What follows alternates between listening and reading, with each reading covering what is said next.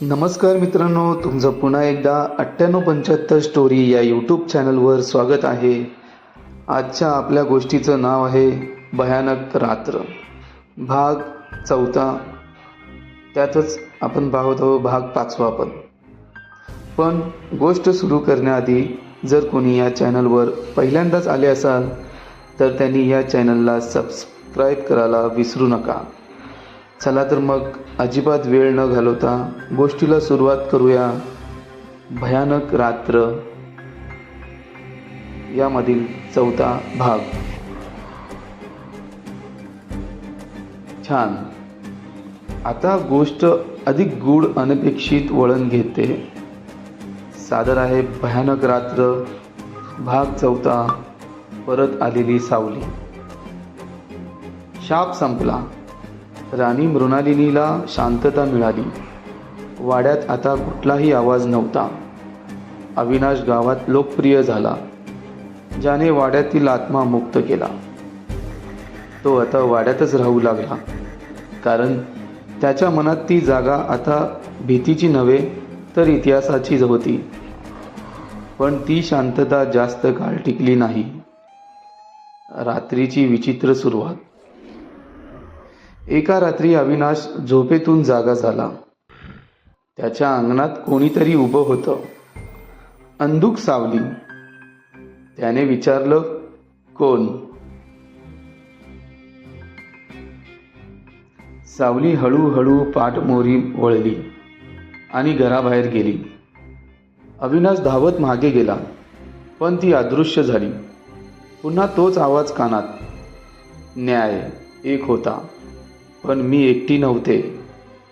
नवीन रहस्य.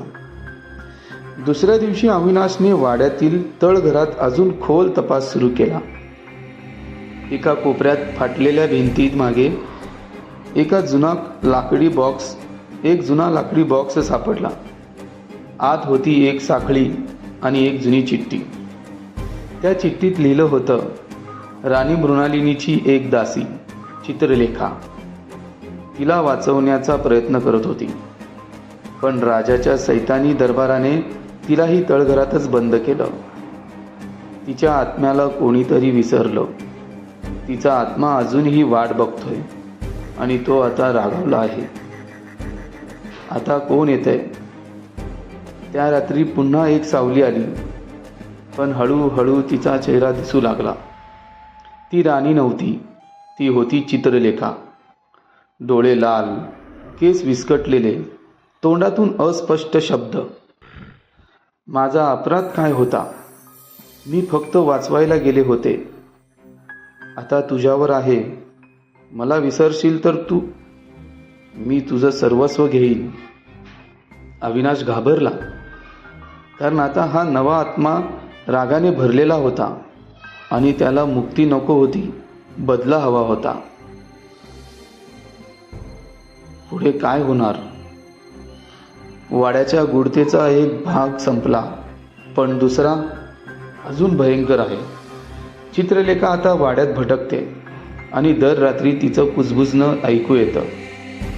ती न्यायाची वाट बघत होती. मी न्यायाची किंमत मागते. भाग 5 मध्ये चित्रलेखाचा भयानक इतिहास. तिचा आत्मा इतका क्रूर का झाला आणि अविनाश वाचेल का? तर बघूया पुढील भागात. छान. तुमचं साहस, उत्सुकता आणि धैर्य या कथेप्रमाणेच गूढ आहे. आता सादर करतो थरारक, अंधाराने व्यापलेला आणि भावनांनी भरलेला भयानक रात्र भाग 5. चित्रलेखाचा बदला. सुरुवात करूया.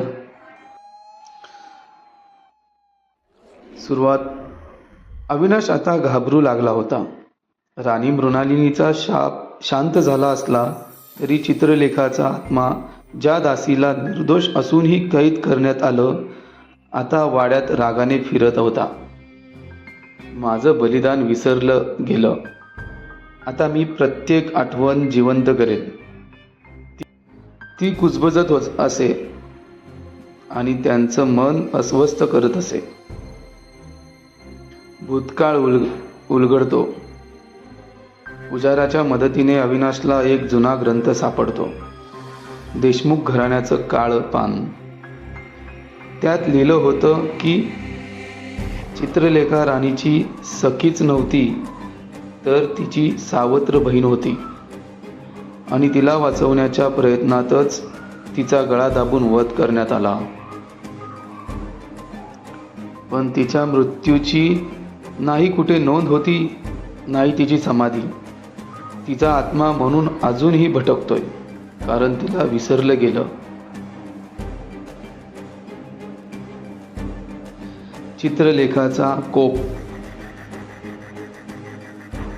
त्या रात्री अविनाश झोपला नाही आणि अचानक घरातील आरशात तिचा चेहरा दिसला. ती ओरडली,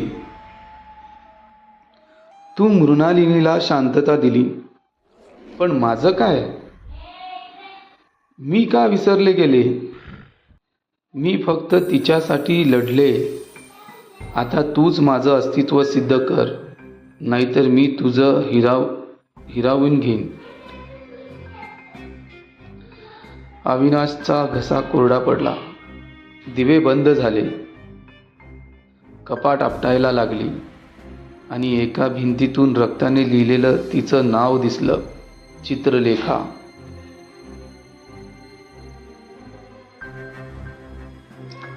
परत वाड्यात अंतिम शोध. अविनाश दुसऱ्या दिवशी वाड्याच्या त्या भागात गेला जिथे जुना कोठार होता. तिथे जमीन खाणताच एक हाडाचा सांगाडा सापडला. गळ्यात मोडलेली साखळी, हातात चोळलेला पत्रक. त्या पत्रकावर लिहिलं होतं, मी तिला वाचवू शकले नाही, पण तिच्यावर विश्वास ठेवणारा कोणीतरी असेल. मला विसरू नका.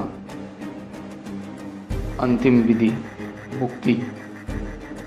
अविनाशने पुजाऱ्यांच्या मदतीने तिचं अंतिम संस्कार केलं. चित्रलेखाची समाधी उभारली राणींच्या शेजारी. ती समाधी उभारताना त्याने एक ओळ कोरली. तिचं अस्तित्व नाकारलं गेलं, पण तिचं प्रेम अमर राहिलं.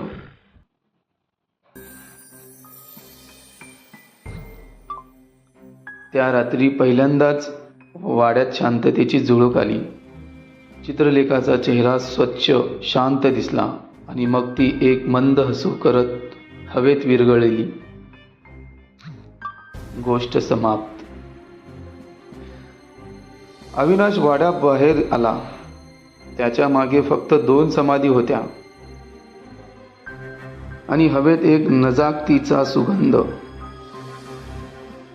भयानक रात्र संपली होती, पण ती एक प्रेमाची, निष्ठेची आणि विसरलेल्यांच्या न्यायाची कहाणी बनली होती. कथा पूर्ण झाली. तुम्हाला हवी असल्यास याच वाड्यावर आधारित नवीन कथा, भयानक वाडा, नवीन कथा हवी का? जर मित्रांनो भयानक वाड्यावर अजून नवीन कथा हवी असल्यास मला कमेंटमध्ये कळवा. ही गोष्ट तुम्हाला कशी वाटली नक्की सांगा. धन्यवाद.